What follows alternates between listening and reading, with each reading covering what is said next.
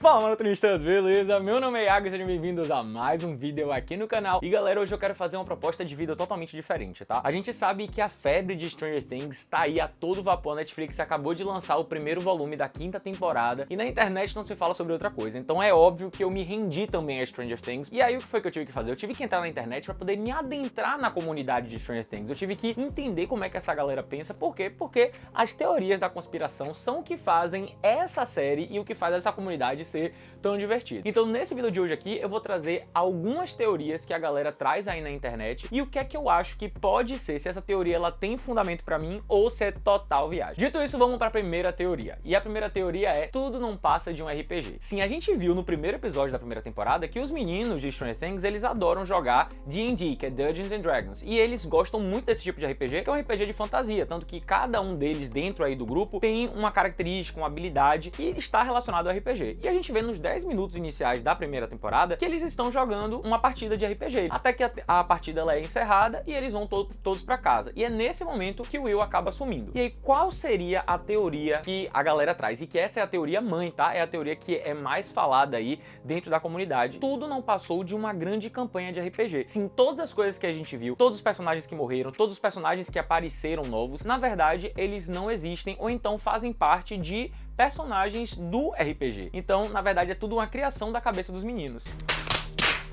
E cara, essa teoria, ela até faz sentido, sabe? Porque a série o tempo inteiro ela faz várias referências ao jogo de RPG e de como eles relacionam os acontecimentos com o RPG. Então a gente tem, por exemplo, o Demogorgon, que é uma criatura do D&D, a gente tem o Vecna, que também é uma criatura do D&D, e tem muitas coisas que fazem relação com o Dungeons and Dragons. Então é uma possibilidade palpável? É. Se isso for verdade, tipo assim, nada mais foi do que um grande surto coletivo deles que fez com que a gente mergulhasse dentro da cabeça deles. E aí é um final agridoce, porque tem gente que diz que acha que esse seria um final interessante, porque seria uma grande quebra de expectativa, de fato seria uma grande quebra de expectativa, mas também tem o fato de que isso faria como se fosse um círculo perfeito, no sentido de que começou com o jogo de RPG e terminou num jogo de RPG.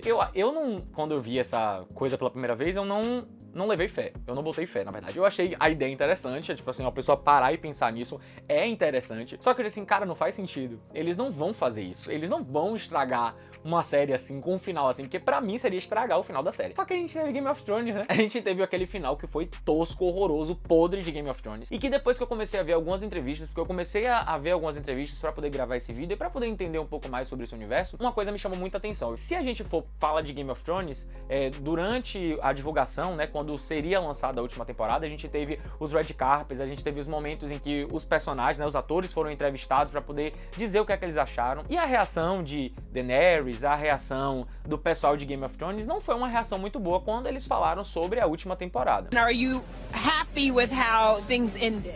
Yeah. She didn't say yes.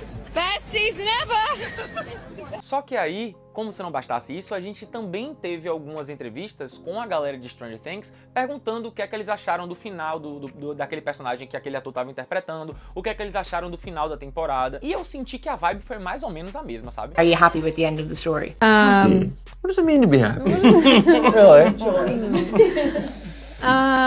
Yeah, it's I think Então assim, eu não acho que essa teoria seja tão absurda assim. Eu acho que tem pontos aí, pontos na própria trama e pontos em relação à questão dessa coisa de imprensa que corroboram para que essa teoria ela realmente faça sentido e que realmente ela carregue esse peso, mas que eu sinceramente detestaria ver se realmente esse fosse o final de Stranger Things. A teoria 2 seria de que Ed ele voltaria como um vampiro, mais especificamente o lendário Cass. Bem, vamos lá. Essa é uma teoria que eu, como fã de Ed, tô torcendo muito para que seja verdade. Quem aqui não sofreu com a morte de Ed na 4ª temporada? O que acontece? Na 4ª temporada a gente viu que Ed morreu como? Ele morre nos braços de Dustin porque ele faz isso pra poder ganhar mais tempo para o plano, então ele acaba sendo atacado pelos morcegos lá no mundo invertido. Só que eles não matam Ed. Só que Ed ele tem essas mordidas e isso faz com que ele sangre e ele acabe morrendo. Não precisa ser nenhum nerd pra poder saber que qual é uma das formas que a mitologia do cinema, a mitologia da literatura diz que aí você se transforma num vampiro. Você for mordido por um vampiro, no caso por um morcego. Então existe a possibilidade de que Ed tenha morrido porque ele foi mordido mordido pelos morcegos lá do mundo invertido, mas que ele tenha voltado à vida como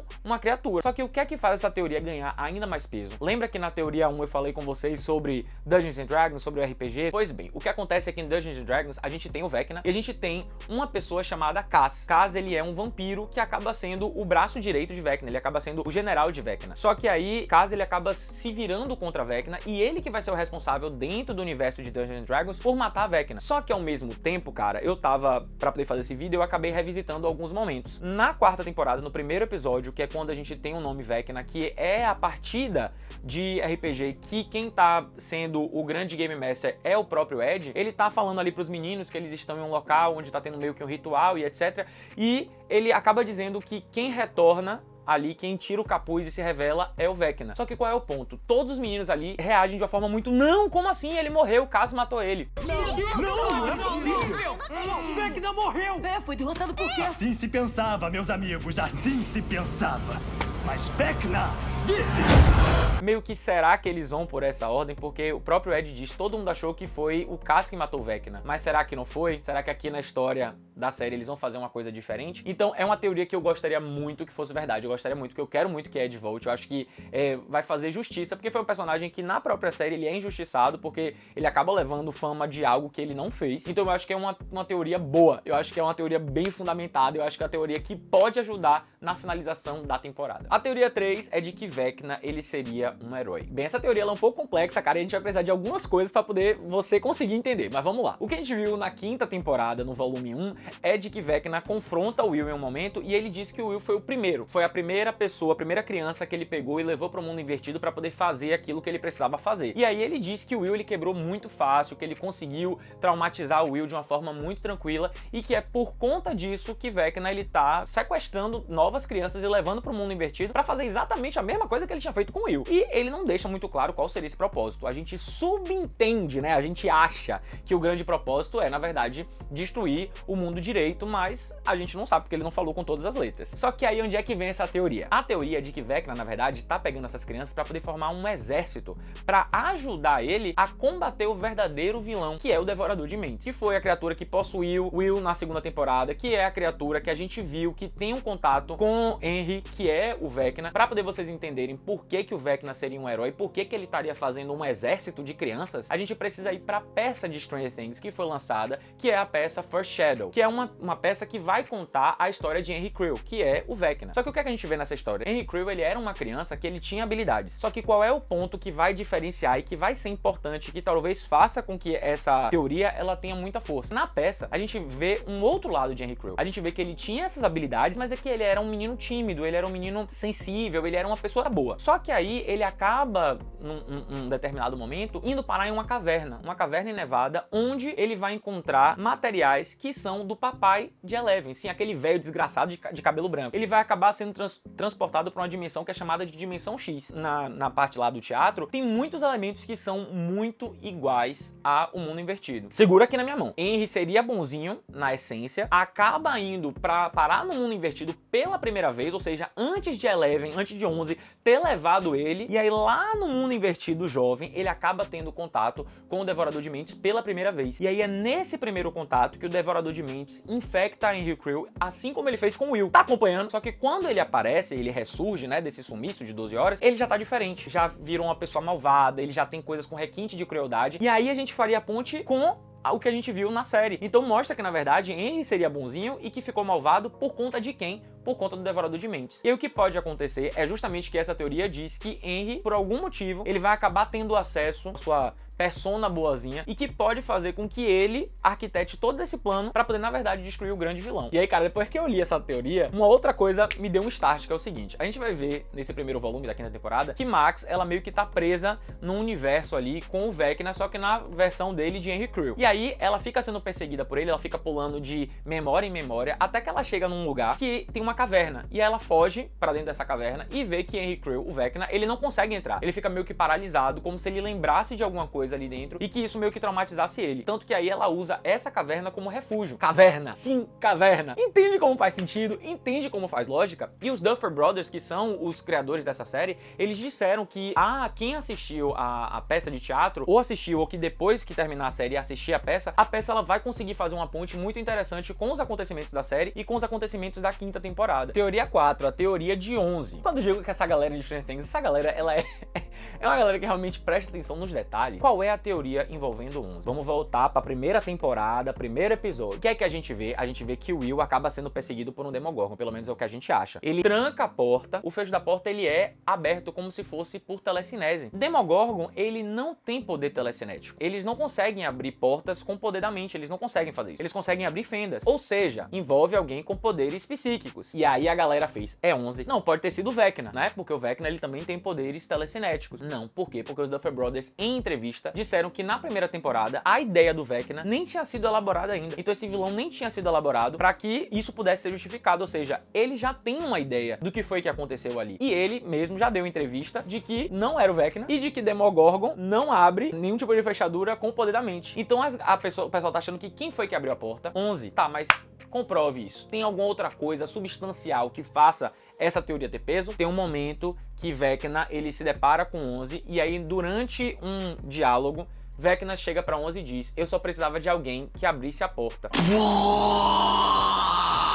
A gente acha, na hora que ele fala isso, que está se referindo ao portal que ela abriu da segunda vez, né? Sem ser da primeira vez que ela mandou ele pro mundo invertido, mas da segunda vez que deu origem à fenda que a gente viu na primeira temporada. Só que agora ela já toma uma conotação diferente. Será que a porta que ele tava falando não era o ferrolho que fez com que alguma coisa entrasse e pegasse o Will? Não faz sentido que seja 11. E aí qual é outra coisa que corrobora? É de que quando 11 ela conhece Mike e que ela vai pra casa de Mike e que ela vê a foto de Will, ela reage como se ela já conhecesse o Will. E aí, cara, se isso for verdade, vai ser um grande plot twist. Tô dizendo, velho, essas teorias da conspiração, todas elas fazem sentido. A 5ª teoria é a teoria dos dados e da destruição do Vecna. Bem, a gente vê no primeiro episódio da 4ª temporada que tá tendo uma campanha de D&D e aí eles estão lá conversando, é nesse momento que o nome Vecna ele surge. Só que aí a galera começa a morrer porque Vecna é muito forte e só sobra Dustin e a irmã de Lucas. E aí, pra poder matar Vecna, eles precisam de uma pontuação específica. Dustin joga o dado e na hora que Dustin joga o dado, ele tira o número 11. E aí o que é que Ed diz? Errou feio, não vai conseguir. Sobra pra irmã de Lucas. Ela precisa jogar um D20, que é um dado de 20 faces, e na hora que ela joga, cai 20. E aí é chamado de golpe crítico e eles matam Vecna. Qual é a teoria dos dados? Vamos lá. Eu comecei a pensar nessa teoria sozinho, mas vi que já teve gente que pensou nisso também na internet. Eu fiquei muito triste porque eu achei que eu tava sendo muito revolucionário. Mas pelo visto não. Dustin tirou 11 e não foi suficiente. Só 11 pra derrotar Vecna não vai ser suficiente. Seria necessário 20 pontos. Ou seja, a gente já tem 11. Estariam faltando 9 pontos. Quem seriam esses outros 9 pontos? Aí a gente tem diversas teorias. A primeira teoria é de que seria 11, número 8, que é a irmã de 11 que a gente já viu. Esse número 1 é controverso. Tem gente que diz que esse número 1 pode ser o próprio Henry Creel, que é vem naquela teoria de que Vecna na verdade é bonzinho, mas também existe outra possibilidade, que esse número 1 que fica faltando pra completar os 20 seria o próprio Will. A gente vê no final do volume 1 da 5ª temporada que o Will, ele começa a ter habilidades super poderosas, ele começa a controlar os Demogorgons porque ele consegue acessar essa consciência coletiva. E no momento que ele mata os Demogorgons, ele mata de uma forma muito parecida, muito semelhante a que as vítimas de Vecna acabavam morrendo quando Vecna entrava na cabeça delas. Mas existe uma outra teoria que é o seguinte, seria 11 mais 9 pessoas. E se você contar no grupo, passa de 9. Então pode ser aí que pra não passar de novo, pra que sejam 9 pessoas certinho, Lucas, Dustin e por aí vai, pra poder fechar os 9, tinha gente que teria que morrer. Essa teoria dos dados, ela faz sentido, cara. E eu gostei muito dessa teoria porque a gente já viu que tem muitas coisas que essa série, ela não dá nó cego. Ela não dá um ponto sem pensar. Nada me tira da cabeça que esse primeiro episódio da 4ª temporada, que fala sobre a pontuação de Vecna, isso não tenha relação com o que a gente vai ver aqui na 5ª temporada. Principalmente com o fato de Dustin ter tirado o número 11. 11 sozinha ela não vai conseguir. Ela precisa de mais gente, ela precisa. Então essa teoria pra mim, ela faz muito, mas muito sentido. E aí se a gente pegar essa teoria e juntar com outras, cara, absoluto cinema. Absoluto cinema. Será que eles vão partir por esse caminho, ou será que eles vão fazer uma coisa ainda mais engenhosa? Aí a gente vai ter que esperar pra poder saber. Então é isso, galera, o vídeo tá acabando, eu espero muito que vocês tenham gostado, é um formato diferente, eu tô testando pra poder ver se esse tipo de vídeo agrada a vocês, então se você gostou, deixa seu like, comenta aqui se tem alguma outra teoria que você conhece ou que você já ouviu falar aí que faz sentido, ou então qual é a teoria dessas que você mais gostou e que você gostaria muito que acontecesse. Então é isso, valeu!